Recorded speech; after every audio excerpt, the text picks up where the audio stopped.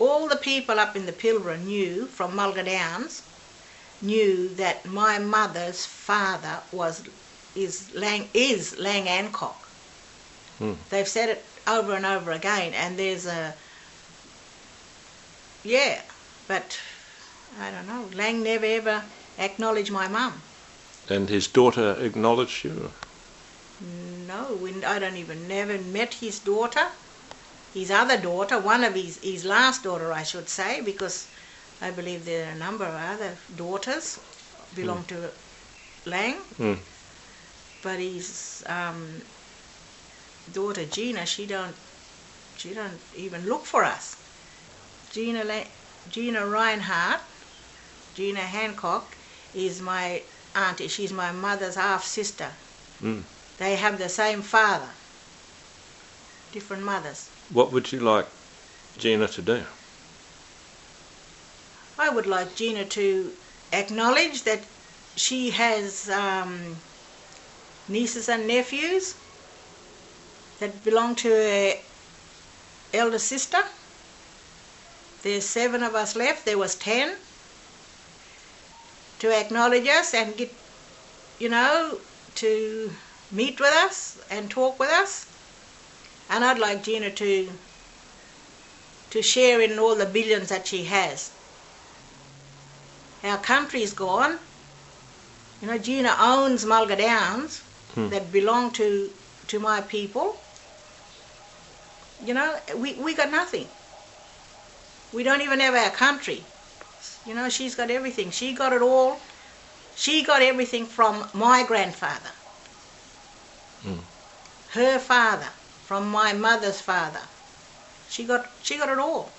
My grandmother told my mother that her real father is the boss of Mulga Downs' son.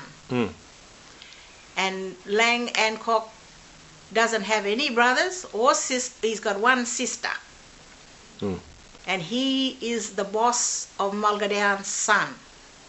And she named him my grandmother named him to my mother as Lang Hancock. Yes. And he wasn't even anything but a station owner's son when my mum was conceived. Yes. He wasn't a mining magnate. He wasn't a rich man. He was just the station owner's son who had dalliances with my grandmother. Yeah.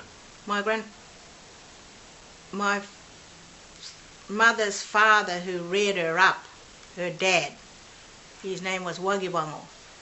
Ginger Parker was his white man's name, but his name was Wagiwango. And he was a Banyjima man from Mulga Downs.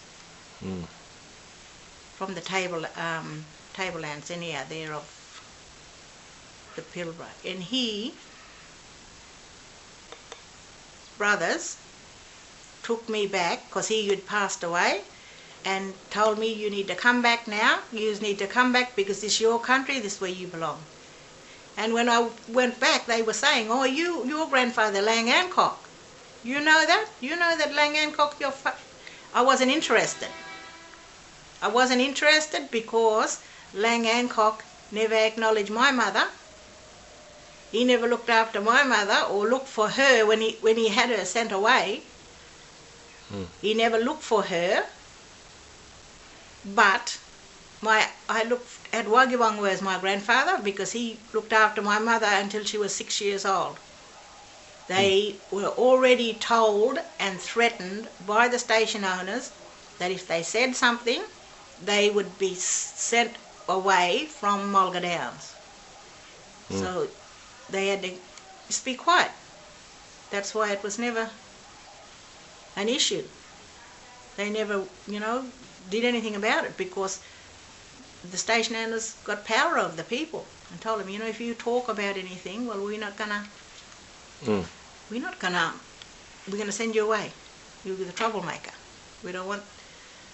And they would have been exiled from their homeland. And then when my mum was born, and they found out that she was half caste. She was a white man's child, because Wagibangu is a full-blood Aboriginal lady, and Gertie is a full-blood Aboriginal lady.